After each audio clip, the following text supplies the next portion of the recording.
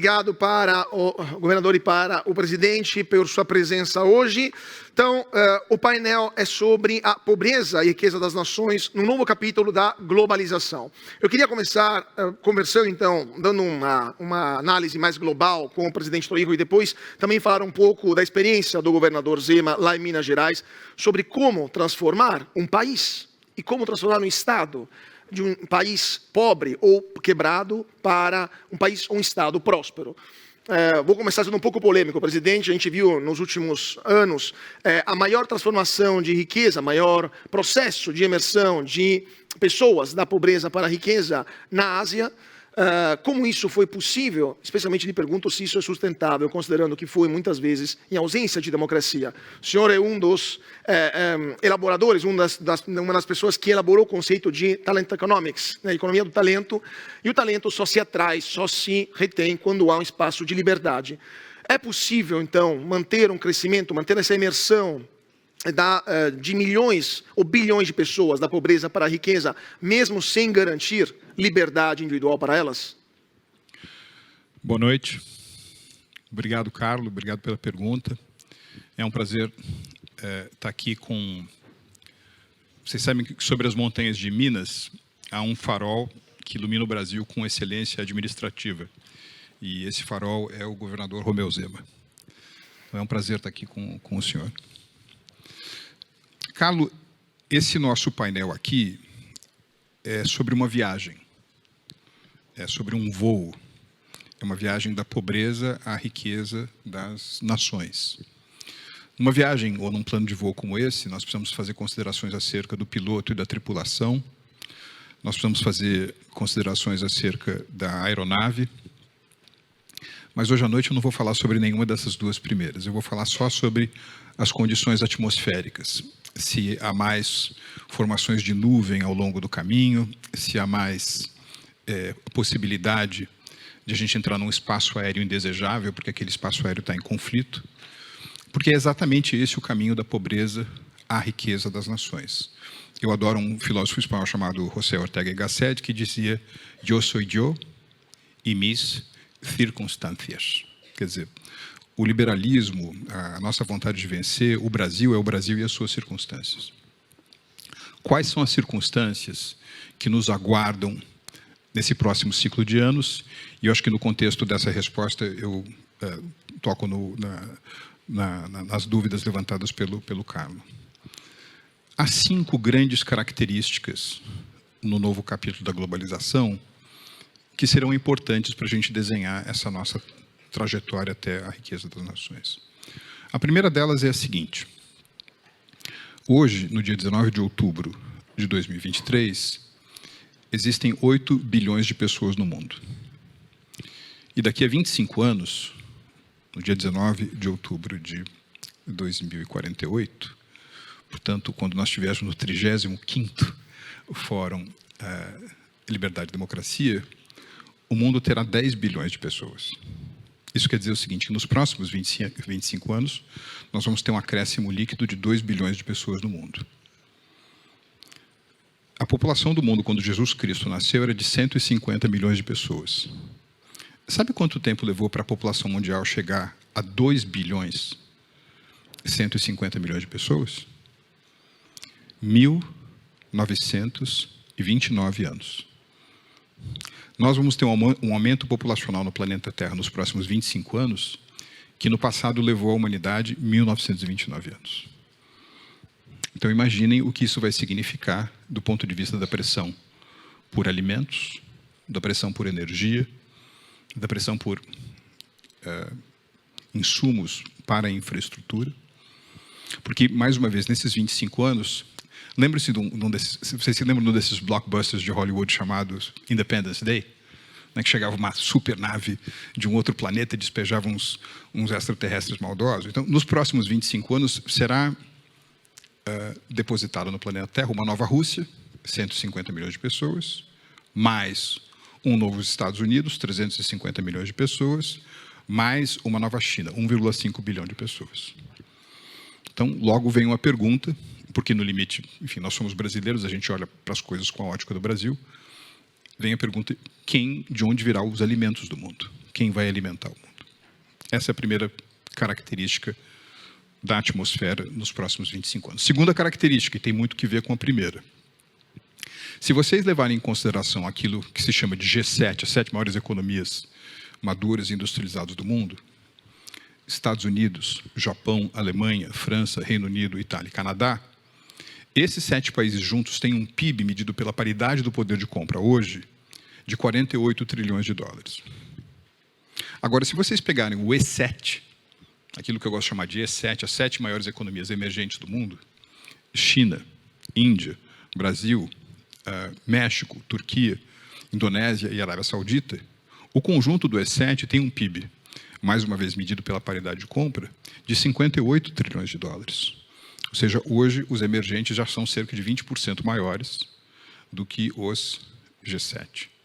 E aí vocês podem achar que isso é apenas um fenômeno relacionado a essa ascensão dramática da economia chinesa. Hoje a China tem uma hipertrofia no mundo. Mas se você tirar a China do E7 e se você tirar os Estados Unidos do G7, ainda assim o E6 é maior do que o G6. E em qualquer projeção, 5 anos, 10 anos, 15 anos, 25 anos, a tônica do crescimento da economia global não virá do G7, virá do E7. Então, ao contrário dos anos 80, por exemplo, quando os países que estavam na moda do ponto de vista do desenvolvimento econômico, como mencionou o Carlos, eram países como Singapura, não é isso? Taiwan, que são, de fato, economias muito dinâmicas, mas têm uma população relativamente pequena. No futuro desse próximo arco de história, o crescimento vai vir de países que têm gigantesco contingente populacional, né? Então, pensem, por exemplo, num país como a Índia, 1,5 bilhão de pessoas. Hoje a Índia tem uma população maior do que a da China. A renda per capita na Índia é de 3 mil dólares hoje. Se nos próximos 10 anos a Índia crescer, como se prevê, 7% ao ano, a renda per capita da Índia dobrará num espaço de 10 anos. Vocês sabem o que a teoria econômica e a experiência mostram que acontece como destino adicional da renda, quando ela pula de um patamar tão baixo, 3 mil dólares, de uma maneira tão vertiginosa, pula para 6 mil, e num espaço tão curto de tempo, 10 anos, as pessoas comem mais. As pessoas comem mais, ou seja, é uma revolução calórica, mas é também acompanhada de uma revolução nutricional. As pessoas comem melhor. Mais uma vez a pergunta, de onde virá o alimento do mundo? O mundo tem 4 grandes produtores de alimentos. O maior deles é a China, mas tem déficit na sua balança comercial, é muita boca para alimentar. O segundo são os Estados Unidos, um país que também tem déficit na balança comercial. O terceiro é a Índia, só que um país com problemas gravíssimos de utilização de recursos hídricos, gravíssimos de ineficiência na produção de alimentos por conta de propriedades agrícolas pequenas, ainda muito voltadas à agricultura de subsistência. Quem é o país que tem a capacidade de um teto retrátil e de maneira ecologicamente sustentável aumentar a sua produção para fazer frente a esse, digamos assim, desafio duplo do aumento demográfico e do crescimento da economia dos emergentes? É o Brasil. Terceira característica desse cenário que vem por aí.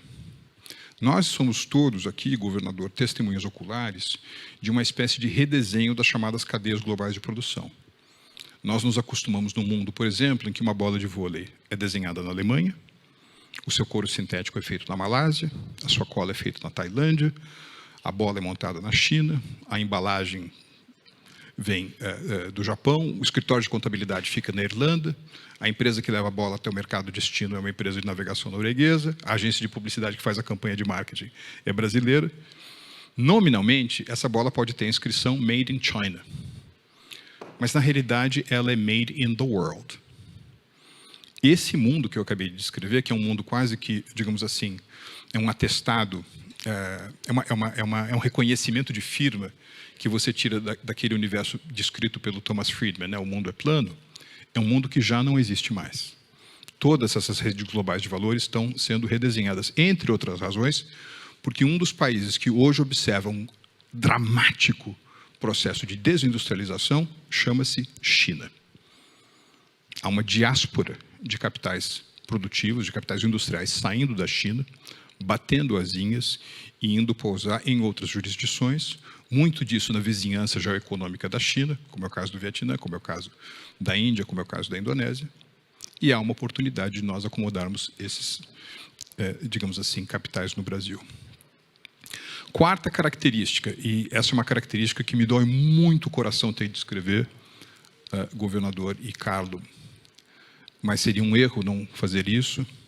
Tem uma música do Cazuza, né? Tem gente que gosta ou não gosta, mas ela diz assim, ideologia A, eu quero uma para viver.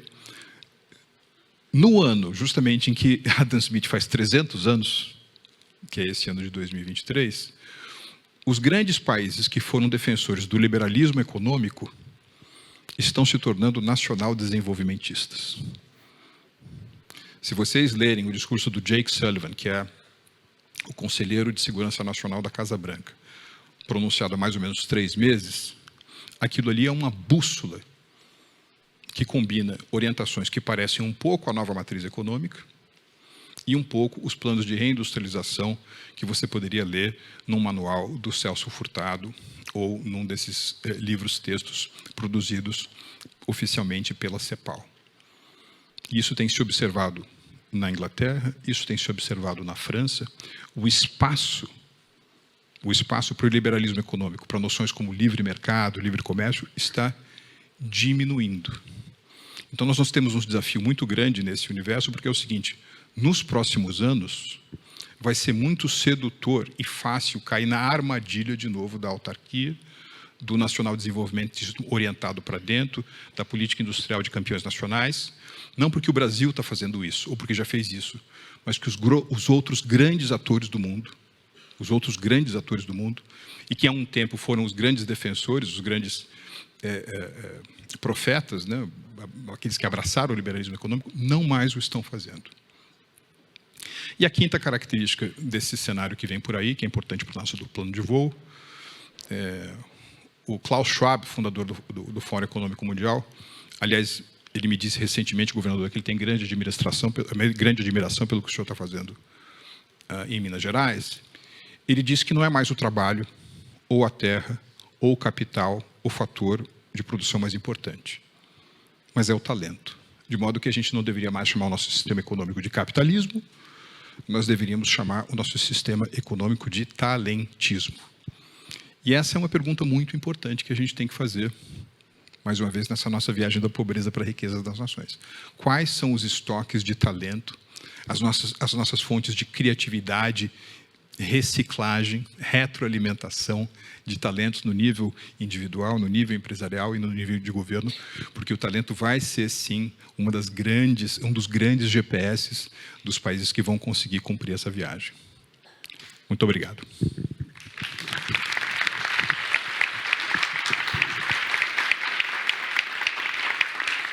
Governador, agora falando um pouco de Minas Gerais e falando um pouco na base do cenário que o presidente falou sobre a questão das mudanças que a gente está vendo no mundo afora e também aqui no Brasil.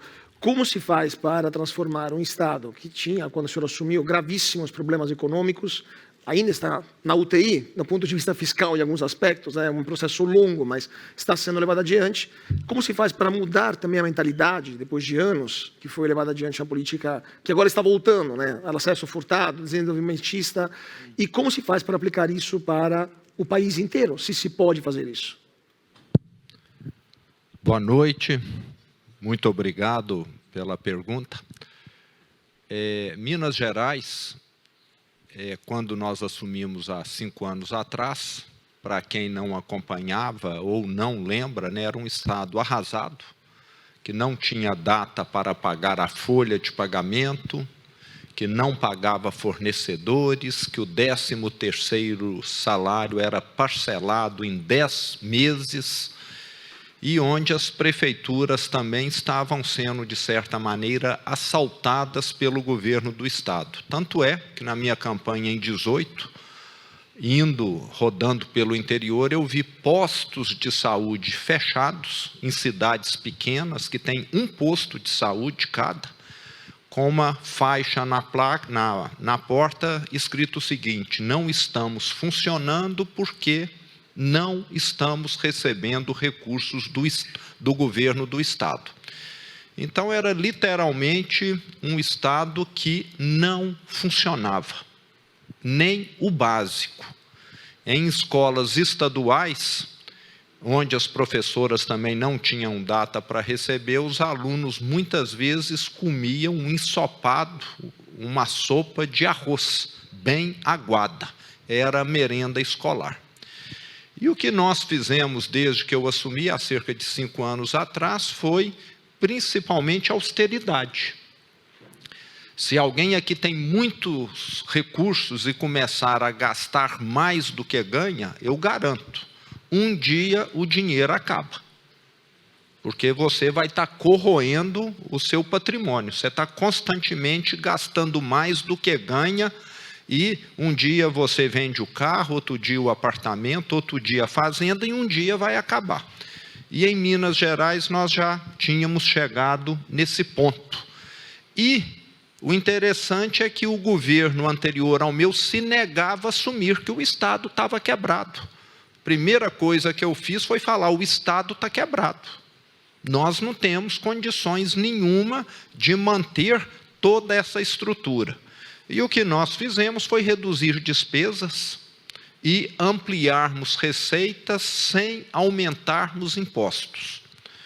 Não é uma tarefa fácil, mas os números demonstram os avanços que nós fizemos. Ano a ano, o nosso fluxo de caixa melhorou. Nós saímos de um déficit de 8 bilhões em 2018 para um superávit de 2 bilhões o ano passado. E se você não tem recursos, você não consegue fazer nada, nem saúde, nem educação, nem segurança, muito menos infraestrutura.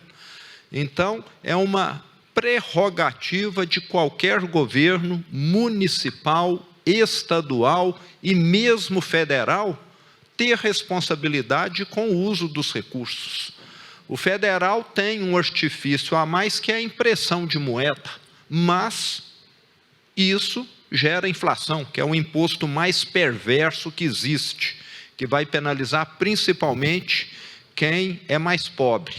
Então, é ilusão. E eu falo que o Brasil, principalmente lá nos anos 2010 a 2014, passou por um período em que a economia, Marcos, foi anabolizada. E anabolizar a economia é igual a anabolizar alguém aqui que quer ficar bombadão, musculoso, né? De início até consegue, vai ficar lá bem chamativo, mas espere 5, 10 anos para ver os efeitos colaterais. Problemas cardíacos, renais, hepáticos, de impotência. E o que aconteceu no Brasil em 2015 e 2016 foi exatamente isso. Tivemos a maior recessão da história e estavam nos enganando com anabolizantes. Uma hora você paga o preço. E o que nós estamos fazendo em Minas Gerais, eu quero encerrar aqui, é sustentável. O que nós temos hoje são as maiores obras e investimentos no Estado das últimas décadas, tudo planejado e com recurso disponível. Rodoanel da região metropolitana, recurso está lá para a concessionária fazer. Ano que vem a obra começa a ser executada. Recurso para o metrô de Belo Horizonte, que vai ser ampliado depois de mais de 20 anos. A mesma coisa. A CEMIG, que está investindo mais de 40 bilhões, porque nós assumimos um Estado com linhas de transmissão e distribuição totalmente sucateadas, saindo do fluxo de caixa da empresa e também de captação, mas tudo dentro do limite de endividamento. Então, tudo acontecendo. Se amanhã o Brasil tiver um momento difícil, esses investimentos continuarão. Nós temos de lembrar que um governo funciona da mesma maneira que uma empresa, que uma vida pessoal. Você tem de ter planejamento, tem de olhar o que está ganhando, o que está gastando. Essa questão de querer impressionar os outros com um carrão novo, com a viagem maravilhosa, a analogia é com o governo que quer fazer obras que depois não tem dinheiro para concluir. eu assumi um cemitério de obras inacabadas, 6 hospitais regionais, 180 UBSs, unidades básicas de saúde, no meio do caminho. Estamos concluindo tudo isso, mas, igual eu falei, tudo de maneira sustentável. Com matemática não se briga. E aqui no Brasil tem gente que ainda acredita que pode brigar com a matemática. Governador, só para terminar essa resposta, no contexto que a gente falou também de uma nova globalização, o que o senhor acha que um estado como Minas Gerais, outros estados eventualmente deveriam fazer para se tornar vencedores nessa mudança, para atrair mais investimentos, para convencer os empresários que estão realocando as suas indústrias, até por questões geopolíticas, que vale a pena investir lá? O que o senhor fez para atrair mais investimentos, que deu sucesso, que o senhor acha que deveria ser feito no futuro para atrair ainda mais investimentos estrangeiros? O meu secretário de Desenvolvimento Econômico, ele tem uma analogia que eu gosto muito dela. Ele fala que tem 2 maneiras de você ter borboletas. Uma é você pegar uma rede, né, que a gente às vezes vê em filmes, etc., sair atrás das borboletas, né, tentando capturá-las, e a outra é você fazer um jardim muito bonito, de forma que elas venham naturalmente. Eu diria que em Minas nós estamos fazendo essa segunda opção. O Estado tem simplificado em muito a vida de quem investe, de quem empreende em Minas Gerais. Um exemplo claro é o regulamento do ICMS. O ano passado, nós praticamente reduzimos ele pela metade, queria ter reduzido em 90%, mas não foi possível, mas não deixa de ser um avanço. A Lei de Liberdade Econômica, onde mais de 450 municípios já aderiram, fazendo com que fique mais fácil, e principalmente agilidade na análise de todos os processos tributários, sanitários e ambientais. Eu, que venho do setor privado em Minas Gerais, teve ocasião em que eu fiquei 3 anos aguardando uma assinatura da Secretaria do Meio Ambiente, referente a um imóvel que foi demolido e construído outro no lugar. Não mexeu numa vegetação, não mexeu em nada, mas 3 anos. Então, criar um ambiente previsível, e hoje Minas tem previsibilidade, é de fundamental importância para a geração de empregos. E lá vale lembrar que nós tivemos que fazer outras correções. A CEMIG só está investindo esses 40 bilhões, que é o maior plano de investimento da história da empresa, que já tem mais de 70 anos, porque no passado ela foi usada como ferramenta política. Quem acompanha o setor elétrico sabe que a CEMIG parou literalmente de investir em Minas Gerais por mais de 15 anos e foi investir na Light no Rio de Janeiro, em Belo Monte, Santo Antônio lá no norte, na Renova no sul da Bahia, e deixou o estado de Minas sucateado, com falta de energia elétrica. Você não desenvolve um estado sem energia elétrica. Então, nós ainda temos deficiências em Minas Gerais. Eu visito indústria que o dono faz questão de me levar na fábrica, na área dos geradores. E fala, eu gasto aqui todo mês 200 mil a mais, porque a CEMIG não me entrega o tanto de energia que eu preciso. Mas isso está com os dias contados para acabar. Então, na hora que você fala, eu tenho um estado sério, que está fazendo a lição, está melhorando as estradas, a energia elétrica, simplificando a vida de quem trabalha, estamos dando educação de qualidade.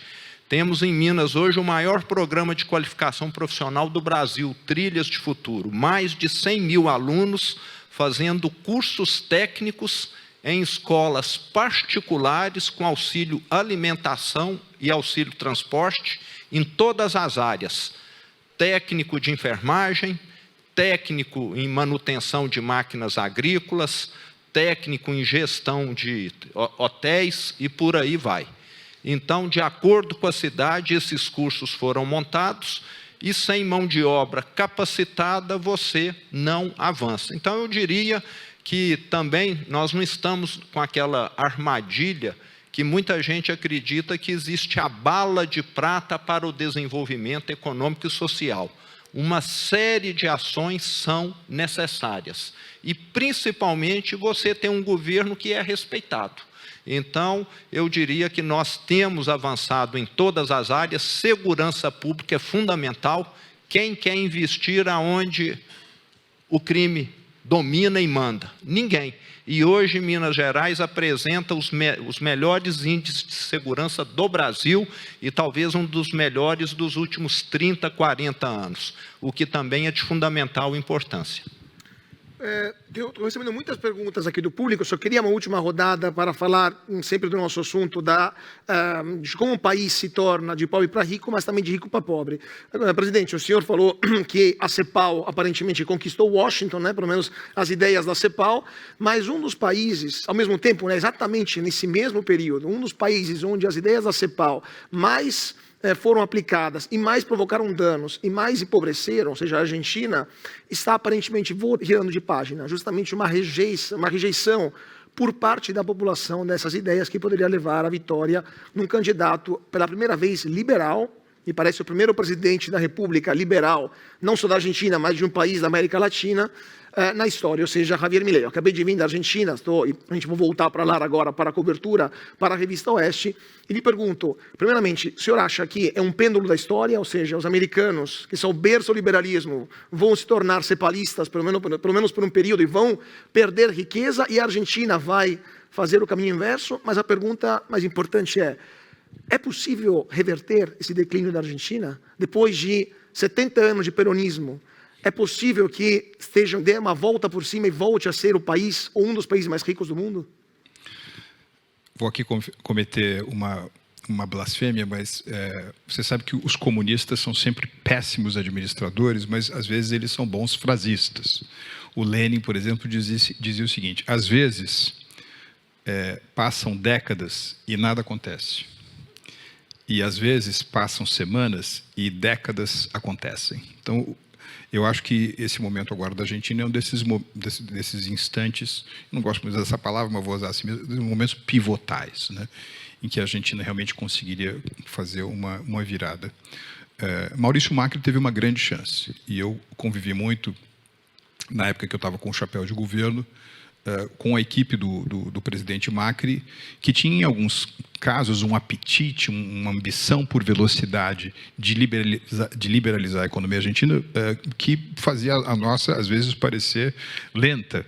Os argentinos foram fundamentais, por exemplo, em a gente conseguir, pelo menos, concluir em junho de 2020 e 2019 o acordo Mercosul União Europeia. Só que em um determinado momento eles caíram, mais uma vez, eles foram sequestrados, né, pela lógica político-eleitoral de curto prazo, pararam o processo de reformas, houve essa volta no passado com a atual presidência Fernandes, agora a Argentina tem uma nova chance.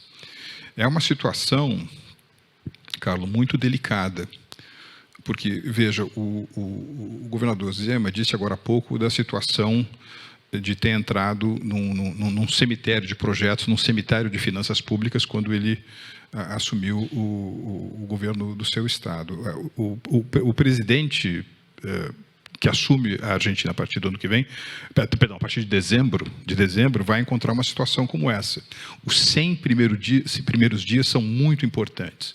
Há hoje, por exemplo, um encantamento, né, com os comícios, com as ideias libertárias, com referências a grandes filósofos do pensamento político e econômico liberal, mas os primeiros 100 dias serão muito delicados.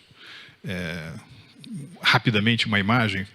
Uma vez perguntaram para o sujeito, que era um náufrago numa ilha deserta, que livro ele gostaria de ter com ele. Uns dizem a Bíblia, outros dizem Guerra e Paz, outros dizem eu gostaria de ter Dom Quixote. Aí perguntaram para um inglês chamado Chesterton, e ele respondeu: o livro que eu gostaria de ter comigo é Manual Prático de Construção de Barcos. Então, vai ser muito importante a capacidade administrativa da nova equipe a partir de dezembro do ano que vem, porque não vai ser fácil. E pior ou potencialmente mais arriscado. Se não for bem, as forças de esquerda na América Latina culparão o neoliberalismo por esse laboratório inicial na Argentina. Então, é uma situação, enfim, que nós todos vamos observar e torcer para que, enfim, dê certo para aqueles que gostam dos ideias de liberdade e que querem ver a Argentina brilhar de novo. Governador, o senhor é o único governador de um partido declaradamente liberal no Brasil. Eu queria lhe perguntar, assim, de forma muito seca e direta, o que o senhor acha do Javier Milei? Se o senhor acha que é possível fazer na Argentina aquilo que está sendo feito em Minas Gerais? E já pegando uma pergunta aqui do público, do Luiz Gustavo. Eu fui para a Argentina, eu fui no evento de encerramento da campanha de Milei no estádio em Buenos Aires. Eu vi 15 mil pessoas gritando a palavra liberdade, liberdade, liberdade, liberdade. Idade média 20 anos. E eu vi entusiasmo dessas pessoas, jovens. E pegando a pergunta ao Luiz Gustavo, como fazer com que as ideias da liberdade econômica e social sejam palatáveis para o brasileiro médio e especialmente para os jovens? Na sua opinião, governador. Bom, com relação ao Milei e à Argentina, acho que todos aqui concordam plenamente, o que está lá não funciona. O que está lá é o caminho para o desastre só para piorar. Agora, o que está por vir é uma interrogação. Espero que ele seja bem-sucedido. Como liberal, ele sabe quais as ferramentas, mas como o Marcos disse, a esquerda vai estar de olho e qualquer vacilo dificulta muito a vida, os avanços dele. Então, é difícil de fazer qualquer previsão. Saber o caminho certo, nós sabemos, ele sabe, agora conduzir, e às vezes depende até de questão sorte também, né? Num momento o petróleo está caro demais, num momento você pode ter algum fenômeno natural extremo que te prejudique, tudo isso leva em consideração. Eu li, Marcos, há pouco tempo que todo governador, presidente que enfrentou alguma seca muito grande, uma perda de safra, teve uma incidência de não reeleição muito maior do que aqueles que não enfrentaram. Então, de certa maneira, nós estamos sujeitos às intempéries, por mais que venhamos a planejar. E a segunda parte que você me perguntou foi... Como deixar as ideias liberais palatáveis para um público brasileiro, especialmente jovem. Exato. Nós temos de ter ciência que as nossas ideias, elas são mais difíceis de serem transmitidas, né? Eu diria que a esquerda chega e fala, toma o anabolizante que você vai ficar bonitão, né? E nós temos de chegar e falar, malhe, vá na academia todo dia, você tem de madrugar para poder ficar bonitão, né? O que é melhor? O que é mais fácil? O que é mais cômodo, né? É tomar o anabolizante. Mas nós temos de mostrar que milagre não existe. Isso é que nós temos de aprender. Só que a esquerda sempre tem, né, com muita facilidade, com muito apelo, o canto da sereia, né? Nós temos de distribuir, né? É bonito, né? Para quem não tem nenhuma responsabilidade, nunca precisou trabalhar, ele começa a se considerar no direito de receber. Nunca se esforçou, nunca estudou, nunca quis nada da vida, mas ele fala, não, eu tenho direito. Então, eu vejo que é um trabalho difícil, é um trabalho de conscientização que nós temos de fazer. Não existe, né, uma campanha de mídia que mude isso, é uma catequese constante, é algo que nós da direita temos de estar abraçando e tornando também a nossa fala mais palatável, mais compreensível. Nós não temos de falar nem de Mises, nem de Friedman, né, nem de Keynes, nós temos de falar você vai ter uma vida melhor, a sua renda vai melhorar, você vai ter um futuro melhor adiante, se nós tivermos aqui um compromisso, uma disciplina, mas isso nem sempre é muito fácil de ser absorvido. Mas eu continuo acreditando. Foi dessa maneira que eu criei meus filhos, eles já são adultos, conseguiram se encaminhar na vida, e se eu tivesse criado eles com o canto da sereia, tenho certeza que não seria dessa maneira. Mas é um trabalho que nós temos de abraçar e lembrarmos, os resultados virão a longo prazo. Nós temos de deixar claro, Eu sempre gosto de citar quem é um médico famoso, um médico de referência. Quantos anos essa pessoa levou para chegar lá, Marcos? Não foi nem 5, nem 10, nem 15, não. Para ser um médico de referência, primeiro você tem que ter 45, 50 anos. Um cardiologista famoso. Quanto tempo você teve de estudar e trabalhar para chegar lá? 25 anos, talvez. Uma Coreia, que hoje é um país já de renda elevada, quanto tempo levou para sair da renda que ela tinha igual ao Brasil há 60, 70 anos atrás? Então, são 2 gerações, no mínimo, que se leva para um país desenvolver, se você fizer a lição de casa certinha. Então, acho que nós temos de começar a vender muito essa questão. Milagre não existe. Acho que o brasileiro já aprendeu, porque teve aí um período, né, de governo de esquerda que produziu a maior recessão da história, e não o desenvolvimento, a prosperidade que eles sempre venderam. Enquanto o hormônio foi fazendo o efeito, né, tudo bonito. Uma hora veio o efeito colateral. Então, acho que nós temos de fazer um trabalho de conscientização. Não tem atalho, não tem outra maneira. E o brasileiro tem amadurecido. Hoje, eu acho que eu, que estou bem próximo das eleições, participei da de 18, participei o ano passado, tenho visto isso. A forma do brasileiro votar tem demonstrado que ele hoje cada vez menos acredita em propostas milagrosas. Então, já que o nosso tempo aqui já está acabando, telegráfico também uma resposta, presidente. Uma pergunta que eu já sei que a plateia já sabe a resposta, mas lhe pergunto se o senhor acha que então o Brasil também terá logo mais um presidente liberal como a Argentina.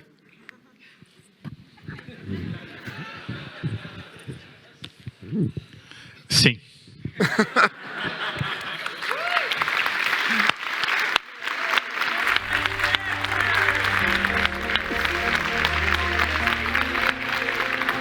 Agora a pergunta é para o governador também, né? Governador, o senhor acha que o Brasil também, o efeito Orloff vai se aplicar no Brasil? Teremos um presidente liberal no Brasil? Nós vimos na semana passada o Equador, não foi isso? Que elegeu lá um presidente também de direito, que demonstra que a esquerda lá não fez nada que viesse a resolver, a melhorar a vida do país. A Argentina está aí. Qual que é a data da Argentina? Agora esse domingo. Agora, nesse domingo, né? Então, domingo à noite nós já teremos aí também o resultado. E o que vai acontecer no Brasil, acho que vai depender muito desses próximos 3 anos que nós temos aí pela frente. Como eu falei, muita coisa pode acontecer. Nós temos de lembrar que lá nos anos 2003, 2005, tivemos a descoberta do pré-sal, não foi isso? Logo depois o Brasil conseguiu trazer a Copa do Mundo, depois conseguiu trazer a Olimpíada. Aquilo ali parece que serviu como um anabolizante, né? Vamos esconder os problemas que tem Copa, tem Olimpíada, tem petróleo, deu para ir tampando. Uma hora apareceu.